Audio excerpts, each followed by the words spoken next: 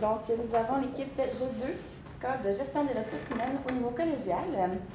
Je vous lirai les inscriptions du code et ensuite laisser les juges se présenter un par un. Vous disposez de 15 à 20 minutes afin de présenter votre solution au juge. Le temps s'écoule à partir du moment où un membre de l'équipe débute la présentation. Je vous montrerai le temps restant à l'aide de cartons lorsqu'il restera 10, 5, 2 et 2 minutes, 30 secondes et les 10 dernières secondes, je vais les faire avec mes mains. Donc, si l'un des membres de l'équipe continue à parler à la fin du décompte, je vais le signifier et la présentation s'arrête de cet instant. Si vous faites moins de 15 minutes, vous serez pénalisé d'un point par 30 secondes manquantes. Les juges bénéficieront ensuite d'une période de 5 minutes de questions, lors de laquelle ils pourront vous demander des éclaircissements concernant votre solution. Notez que lors de la période de questions, aucun décompte du temps ne vous est donné.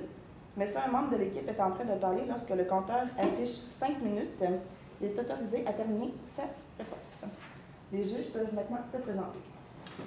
Bonjour, c'est moi le propriétaire de la compagnie dans le fond, l'entreprise d'académie Champagne-les-Filles. Ici, comme vous avez remarqué, papa de plusieurs filles, mais fait que c'est mon nouveau bébé. Fait que dans le fond, ça fait déjà la 3e année que ça va être en exploitation. Fait que c'est ça. Donc, Annie Camille, je suis professeure en ressources humaines à l'École des sciences de la gestion à l'UQAM. Moi, c'est Anne Jovin, je suis conseillère ressources humaines pour le groupe Biscuit Leclerc. 30 secondes, OK? Il manque les pauvres. Non, vous avez. Ouais. OK, c'est beau. J'ai rien dit. Donc, quand vous êtes prêts. Alors, bonjour à tous. Bonjour à tous. Moi et mon équipe, Garneau RH, sommes extrêmement heureuses d'être ici aujourd'hui et enthousiastes à l'idée de vous présenter notre stratégie. Donc, sans plus tarder, je vous présente mon équipe, Johanna Bouchard, Eliane Lavoie, ainsi que moi-même, Alexandre Couture. La fidélisation et le recrutement est une problématique au cœur de la plupart des entreprises au Québec, spécialement les petites PME parce qu'ils ne sont pas tellement connus des employés, puis ne sont pas valorisés autant que des grosses entreprises. Donc là est la problématique. Donc, dans le plan de présentation, on va d'abord vous parler du contexte. Ensuite, on va vous parler du mandat qu'on avait à résoudre, les stratégies qu'on a trouvées, le plan de mise en œuvre qu'on va mettre et on va conclure par la suite. Donc, le contexte, Alexandre vous a mis un peu en contexte. On a aussi les forces, les faiblesses, les opportunités et les menaces de votre entreprise. En fait, les forces, on a ciblé que vous avez une belle variété en fait, de produits et de services. C'est vraiment très intéressant. Et puis, votre gestion, votre philosophie de gestion nous semble vraiment bien. Familiale, tout ça, humain. Donc, on a vraiment ciblé ça comme étant une force. Faiblesse, bien la difficulté de main-d'œuvre, on va l'avoir dans notre mandat. Les opportunités, vous avez su apprendre avec la nouvelle position géographique de votre nouvelle entreprise. Donc, ça reste à voir, mais c'est une belle opportunité que vous avez su prendre en main. Et les menaces, la concurrence, les deux concurrents, donc Bonnie et Chocolat Favori, qu'il faut prendre en compte. Alors, le mandat, c'est vraiment de proposer des stratégies de recrutement d'employés qualifiés et responsables, ainsi qu'une bonne rétention du personnel. Ça, c'est notre mandat à nous aujourd'hui.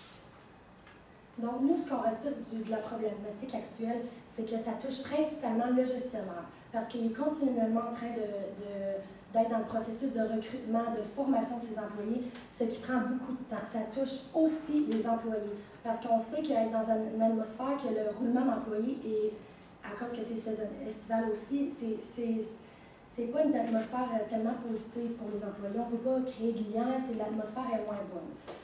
Ça touche les ressources humaines également. Puis, le coût, comme toute problématique, ça engendre des coûts. Ici, dans notre situation, ça engendre des coûts monétaires et des coûts de temps, parce que le gestionnaire met beaucoup de temps dans le processus de ressources humaines à renouveler constamment la formation et tout. Donc, c'est ça qu'on a compris de la problématique. Ce qui nous amène alors à notre stratégie réaction. Alors, comme vous pouvez voir, ce n'est pas une réaction allergique qu'on vous parle là, non pas du tout. C'est une réaction, réagir. C'est vraiment important en tant que vous, gestionnaire, de réagir aux situations comme ça. Alors, c'est pour ça qu'on a basé notre stratégie là-dessus. En tant que gestionnaire, il ne faut pas se mettre la tête dans le sable puis ignorer les problèmes autour. C'est vraiment réagir puis agir rapidement.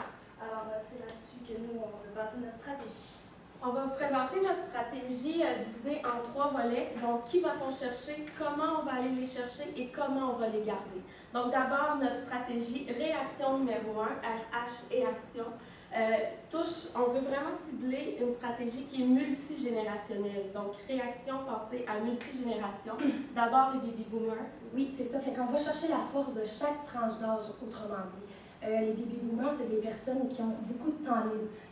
La plupart du temps sont semi-retraités ou retraités. Donc, c'est des personnes qui ont amplement le temps pour travailler en entreprise. C'est des personnes aussi qui ont tendance à vouloir être valorisées. Donc, ils vont se donner beaucoup dans l'entreprise à laquelle elles travaillent. Puis, c'est ça, c'est des personnes qui sont attachées. Donc, ça revient avec les valeurs du gestionnaire dans ce cas-là. Et puis, avec eux également, on va chercher l'expérience qu'ils ont et qu'ils veulent apporter également à l'entreprise. Ensuite, la génération Y.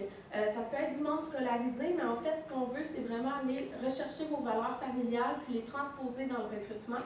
Donc, la génération Y, on parle des 25 à 39 ans, les jeunes familles. Donc, on va vous montrer la stratégie à adopter avec eux. Puis, c'est des personnes qui peuvent proposer, qui peuvent être là pour un poste en plein, qui peuvent montrer leurs compétences dans l'entreprise. Avec notre stratégie réaction, on va également chercher la génération Z.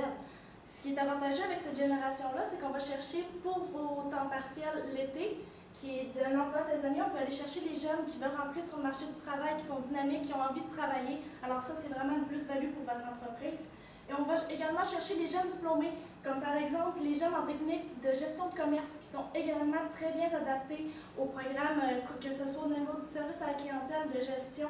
Eux, ils peuvent vraiment apporter quelque chose d'extraordinaire également avec les multigénérations. Ça nous amène à notre réaction numéro 2, comment on va aller les chercher. Donc, on a divisé ça en 2. Premièrement, on a mis du marketing dans les ressources humaines, on va vous en parler plus en profondeur, et par des méthodes de recrutement qui sont bonnes. Pour débuter avec le marketing, eh bien, on a mis le doigt sur les réseaux sociaux, que ce soit LinkedIn, que ce soit Facebook. Tout le monde est sur Facebook ou presque. Alors, on va chercher une grande visibilité au niveau de cette partie-là. On peut également faire des concours, ce qui fait connaître notre entreprise. Ici, vous changez de secteur, alors vous êtes plus ou moins connu. Alors ça, c'est vraiment important, puis c'est très avantageux pour vous. Au niveau des réseaux sociaux, les gens vont avoir envie d'aller travailler dans votre entreprise. Ils font plein de concours, ils sont dynamiques, ils sont agréables. Parfait, ça me donne envie d'aller travailler là. En plus, on peut ajouter de faire des partenariats avec les différentes écoles qui offrent des programmes qui sont qualifiés pour le service à la clientèle, pour la gestion. Vous pouvez également avoir la possibilité d'engager des stagiaires. Ils ont des stages à faire qui sont non rémunérés, alors ça, c'est vraiment avantageux pour vous. Ils peuvent mettre en place des choses qui sont très importantes, qui peut-être vous avez moins de temps en tant que gestionnaire, en tant que propriétaire à faire. Puis également, après, s'ils font l'affaire, si vous êtes vraiment emballé par cette personne, rien n'empêche de l'engager par la suite. Vous savez qu'est-ce qu'elle vaut, elle connaît déjà votre entreprise, fait que c'est vraiment avantageux. On sauve temps et argent, étant donné que c'est un stage non rémunéré, fait que c'est avantageux au niveau... On réagit aussi aux besoins avec le réseautage et les foires. Il y a tout plein de foires qui sont vraiment intéressantes à aller, comme des foires jeunesse ou tout ça. Puis il y en a plusieurs qui ciblent vraiment une catégorie de personnes en particulier. Donc c'est à vous de choisir la bonne foire puis tout ça, mais d'être présent, que les gens vous connaissent puis qu'ils savent que, premièrement, que vous existez, mais que vous offrez vraiment des conditions très bonnes qu'on va voir. Parce que c'est ça, c'est pas tout de seulement afficher un poste à combler sur JobBoom, par exemple. C'est pas tout parce que les étudiants ne connaissent pas, les personnes formées, les travailleurs en général, il faut aller, c'est là que le marketing vient, il faut aller prospecter les futurs employés, il faut chercher du monde qualifié qui corresponde à nos valeurs. Donc, le marketing est là. Pour les personnes plus âgées, on va utiliser les journaux, bien entendu. Les baby boomers, ils sont moins sur les réseaux sociaux, donc c'est là qu'on va intervenir dans les journaux. Puis on va leur faire savoir qu'on a besoin de leur expérience au sein de notre entreprise. Puis on va offrir comme un genre de mentorat, leur dire qu'il y a possibilité d'avancement dans l'entreprise. Puis pour le recrutement, c'est ça qu'on se disait, si on a 10 postulants pour un poste, c'est bien d'en avoir beaucoup, mais là, qui qu'on engage? On ne fait pas ça aléatoirement. Il faut créer une grille codifiée à laquelle on a inscrit les compétences et les attitudes qu'on souhaite avoir pour chaque poste. Donc, c'est là qu'on vient structurer notre recrutement. La réaction numéro 3, en fait, ça pallie à comment fidéliser nos employés, comment les garder. Faut se distinguer. C'est vraiment important que les gens vous reconnaissent comme étant une entreprise qui se distingue face aux valeurs familiales, face aux valeurs avec leurs employés. Donc, c'est pourquoi on va vous proposer une foule d'avantages à offrir. Pour les horaires, ça touche tout le monde. Les horaires flexibles, c'est rendu une réalité. Une horaire, c'est plus fixé dans le béton, malheureusement pour les gestionnaires, heureusement pour les travailleurs. Pour toutes les tranches d'âge, les jeunes qui ont des activités à l'école parascolaire, ils ont besoin des fois de modifier un petit peu l'horaire pour une semaine. Les baby boomers qui ont leur rendez-vous chez le médecin le mardi matin, ils ont besoin aussi d'avoir des horaires flexibles, je veux dire. Puis aussi les familles, concilier les deux familles, ça vient avec la valeur d'entreprise, c'est important pour les travailleurs. Il y a aussi, il y a aussi les outils de travail. Quand on sort de l'école, on veut s'impliquer dans une entreprise. Les personnes qui sont qualifiées habituellement aiment ça avoir des outils de travail technologiques, que ce soit un iPad, travailler avec quelque chose qui est plus moderne. Faire des commandes sur un papier, c'est le fun, mais le faire sur un iPad, c'est encore mieux. Donc, des outils technologiques, ça l'agrémenterait un poste. Pour les personnes qui sont qualifiées, ça les attirerait davantage. Alors, pour ce qui est des activités annuelles, c'est sûr que là, on parle pas seulement d'offrir une dinde à Noël ou peu importe, c'est vraiment de créer un climat, une famille. Et là, on vient toucher également à la fidélisation de nos employés pour qu'ils restent dans notre entreprise. C'est vraiment de les intégrer puis que ça fasse comme une petite famille. Puis créer une activité annuelle, que ce soit aller au village des sports tous ensemble ou, par exemple, faire du manger, puis peu importe l'activité, juste pour souder les liens puis que vraiment appartenir à une grande famille, c'est important pour toutes les générations. Puis en même temps, on peut aider en même temps en faisant des formations, comme par exemple, oui, on peut avoir une stagiaire ou même quelqu'un qui est très qualifié, mais si les autres ne sont pas qualifiés, c'est un peu dévalorisant pour les autres. Alors, c'est sûr que vous avez parlé au niveau du service à la clientèle. C'est important, oui, sauf que tout le monde en touche au service à la clientèle dans une entreprise comme ça. Alors, c'est vraiment important de faire une formation pour tous les employés, qu'ils soient, peu importe à la caisse, qu'ils soient au service à la clientèle, gestionnaire, qui donnent juste les bonbons ou les différents chocolats. C'est important de savoir répondre aux clients. Ils vont se sentir valorisés parce qu'ils vont se sentir compétents puis utiles à l'entreprise. Alors ça, c'est très intéressant.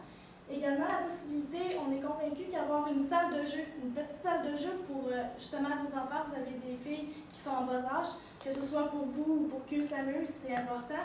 Également, vous pouvez avoir des familles que, par exemple, la garderie ferme à 5 heures, puis eux, ils terminent seulement à 5h30. Rien n'empêche que l'enfant dans la salle de jeu, mettons 30 minutes, puis qu'il y ait des casse-têtes sans avoir une très grande salle de jeu. Ça peut être intéressant pour eux également. Puis également, les clients, les parents magasinent, les enfants vont jouer quelques minutes, puis ensuite ils repartent. C'est vraiment pour tout le monde est gagnant au niveau de cette distinction-là de vos concurrents. Et finalement, dire merci, c'est gratuit. Les employés l'apprécient toujours, de toutes les générations. C'est important de les reconnaître leur travail, puis ça les fidélise grandement. Donc, la mise en œuvre. Quand? Bien là, j'ai su que votre entreprise ouvrait en avril, donc c'est tout prochainement. Heureusement pour vous, ça tombe en même temps que la fin des classes, tout ça, les stages qui débutent. Nous, ce qu'on vous suggère pour réunir ces 3 stratégies-là en une, en fait, c'est d'engager, de recruter un stagiaire dans une technique qui fit avec la gestion en commerce. Évidemment, cette personne-là va pouvoir vous aider à recruter. Trouver les bons moyens, tout ça, cette personne-là va pouvoir aussi grandir dans l'entreprise, puis ça peut être vraiment intéressant. Donc, ça serait de faire un partenariat avec des écoles pour savoir lesquelles peuvent vous répondre à votre demande. Et puis, le budget dans les employés comme ça, c'est vraiment important de le voir comme un investissement et non pas comme une dépense, parce que c'est vraiment en investissant dans les ressources humaines qu'on est capable d'économiser au bout de la ligne, puis d'aller chercher vraiment des profits, même avec la clientèle qui apprécie grandement que vos employés soient là. Et puis non, c'est un budget qui n'est pas très élevé d'aller chercher un stagiaire, comme on l'a dit, il y en a qui sont des stages non rémunérés. Ça peut être vraiment très intéressant. Alors, bien évidemment, notre stratégie, comme la plupart des stratégies, a des risques. Bien sûr, on a pris en compte ces risques-là et on a même des solutions pour vous. C'est génial.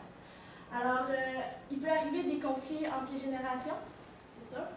Puis il peut y avoir également une perte de contrôle due peut-être à une gestion un peu trop amicale et familiale, justement. Alors ma collègue a justement des solutions pour vous. Oui, donc d'abord, dans une entreprise familiale comme la vôtre, la communication, c'est important. Je suis sûre que vous l'appliquez déjà si vos valeurs correspondent vraiment, comme on l'a lu dans le cas, ça transparaît. Le guide de l'employé, ça les encadre, ça évite les pertes de contrôle parce qu'évidemment, une gestion souple, une gestion qui est humaine, ça peut avoir le risque de perte de contrôle, donc c'est important de bien les encadrer. Puis la politique des médias sociaux, ça va dans le même ordre-là. Juste une politique qui dit avec les clients comment il faut agir et tout ça, ça peut bien l'encadrer, puis comme ça évite les malentendus. Évidemment, de la communication, je reviens dessus, c'est vraiment primordial, même entre les générations surtout. On est tous différents en fait, donc c'est important de réagir, encore une fois notre stratégie réaction, réagir sur le champ dès qu'il y a un problème. Donc, en fait, on vous a mis un puzzle. En ce moment, il manque des pièces à votre puzzle, c'est ça qu'on a compris. Nous, notre stratégie, elle vise vraiment à aller chercher toutes les pièces manquantes. On vous donne les meilleurs moyens. Donc, je les répète, c'est vraiment d'aller chercher des gens de toutes les générations, une stratégie multigénérationnelle, d'aller les chercher par divers moyens, puis vraiment de s'impliquer à fond dans ces moyens-là. Et puis de les garder. Donc, j'espère que vous aimez nos moyens. La salle de jeu, selon moi, c'est vraiment un moyen original qui peut vraiment faire grandir autant. Là, on le parle dans le cas en ressources humaines, mais dans le marketing, ça peut être tellement merveilleux pour les clients, là. Puis vos employés qu'on vise dans la génération Y, qui ont des jeunes enfants, puis tout ça, mais ça peut les permettre d'avoir un plus-value à leur milieu de travail, puis tout ça. Donc oui, c'est ça. Donc, la salle de jeu est vraiment à tenir en compte. Nos pièces de puzzle, c'est vraiment pour faire une grande image à la fin, une fois qu'il va être complété. Une belle image à l'entreprise. Et puis, il y a 4 morceaux comme vos 4 filles pour l'instant. Donc, réaction, c'est vraiment la seule stratégie, c'est la meilleure stratégie. Vous avez compris, la meilleure, c'est réaction. Merci. On peut maintenant passer à la période de questions. Vous nous avez vraiment expliqué qui vous vouliez aller cibler dans. Bon, je fais allusion à la diapositive, là, donc vous avez ciblé plusieurs générations. Moi, j'aimerais entendre parler un peu plus du profil de compétences qu'on doit rechercher. Là, si vous pouvez nous dire peut-être les 2-3 principales qualités qu'il faudrait rechercher chez un candidat, mais outre le fait de viser là, différents statuts là, de personnes. Oui, bon, alors, si on pense premièrement aux baby boomers, ça prend quelqu'un qui, moi je vois un fonctionnaire, quelqu'un qui a travaillé dans la fonction publique, puis qui a des compétences en relations interpersonnelles, puis de l'expérience en gestion, mais pas nécessairement que ce soit un grand gestionnaire, mais qui ait de l'expérience, qui ait des responsabilités. Évidemment, rendu à cet âge-là, c'est sûr qu'il y en a eu, donc c'est pour ça que ça peut être intéressant. Souvent, les retraités comme ça, ou les nouveaux retraités, en fait, ils hésitent à prendre leur retraite tout de suite ou de vraiment occuper leur temps. Donc, c'est pour ça que c'est vraiment intéressant d'aller les chercher. Pour ce qui est de la génération Y, ouais, moi, je pensais vraiment comme au poste administratif, secrétariat, adjointe administrative, tout ça, c'est des gens qui ont des compétences déjà en relations interpersonnelles, puis en gestion. Parfois, dans ces personnes-là, il y a des gens qui ça ne leur tente pas nécessairement de retourner dans leur milieu de travail respectif, de travailler de 8 à 5, puis du lundi au vendredi, puis tout ça. Ils veulent être dans un environnement un peu plus familial, un peu plus jovial, puis plus humain, en fait. Donc, je pensais à ce profil-là des personnes. Puis pour les jeunes, bien évidemment, c'est sûr que vous avez déjà probablement dans votre entreprise. Est-ce que ça répond à votre question? Oui, en fait, je voulais savoir un peu plus au niveau de la personnalité de quelqu'un. On peut peut-être axer un peu plus sur les étudiants. Qu'est-ce qu'on cherche? Là, mettons, on va faire des entrevues, mais là, quel trait de personnalité on va regarder le plus? Ah, évidemment, c'est le sourire.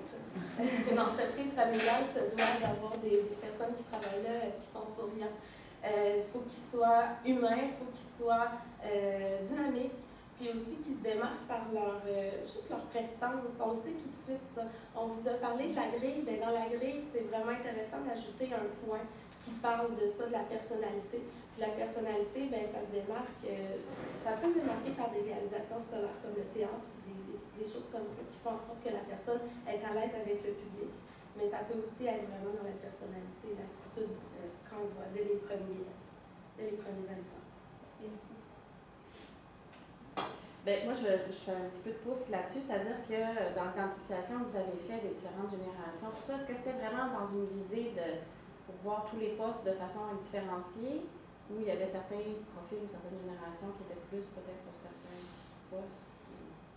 Bien, c'est sûr que pour les postes, par exemple, saisonniers, on visait vraiment plus les générations Z qui vont encore à l'école. C'est avantageux pour eux, ils veulent un emploi l'été. Pour les emplois à temps plein, c'est sûr que là, on va plus vers les générations Y et Baby Boomer.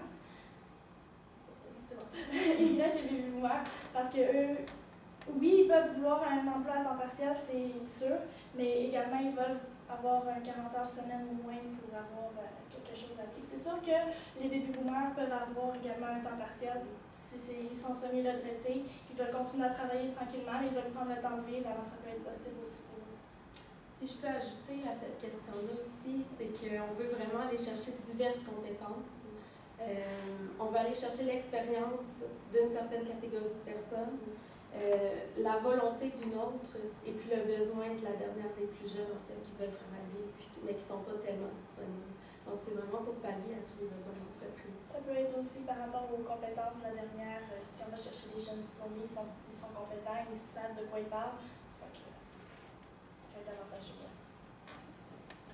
Je veux juste rajouter quelque chose là-dessus. Je suis d'accord avec le point de vue, mais l'intergénération, parfois, moi, ça m'a causé des conflits. Parce que le milieu d'âge est complètement différent. Fait que la mentalité est différente. La vision d'aujourd'hui des jeunes et des personnes est différente. Et ça c'est un peu. C'est pour ça que je dis que le poste, il faut qu'il soit choisi un peu selon la compétence. Mais ma vraie question envers vous êtes des étudiants, vous avez sûrement eu des jobs étudiants. C'est quoi qui a fait que vous avez resté, qui vous a attiré ou qui vous a moins. Bien, si je peux me permettre de répondre à cette question-là, moi, ça fait 6 ans que je suis au même endroit. Et puis, la raison pour laquelle je suis encore là, c'est principalement l'atmosphère. Quand que je rentre travailler, c'est le fun, c'est plaisant, on a une belle équipe. Je suis très proche des propriétaires aussi. Ils sont souvent là, ils nous demandent qu'est-ce qu'on ressent, qu'est-ce qu'on vit dans l'entreprise. S'il y a un problème entre deux employés, bien, ça va se régler tout de suite. C'est ça qui est, justement, oui, je suis consciente qu'entre les générations, des fois, il peut y avoir des petits conflits parce qu'on ne pense pas tout le temps pareil. Toutefois, c'est très bénéfique de mélanger parce qu'on va chercher la force de chacun. Puis quand il y a un problème, je pense que c'est de tout de suite réagir. Quand il y a un petit conflit, de tout de suite intervenir, trouver une solution, parler à ses employés. C'est humain, c'est dans vos valeurs, dans le fond, de leur demander qu'est-ce qui se passe. Puis c'est ça, je pense que c'est le critère numéro 1 pour tous les étudiants, c'est l'atmosphère, sentir accompli, sentir que tu fais un bon travail dans le fond. Ça se résume à ça. La période de questions est terminée. Donc,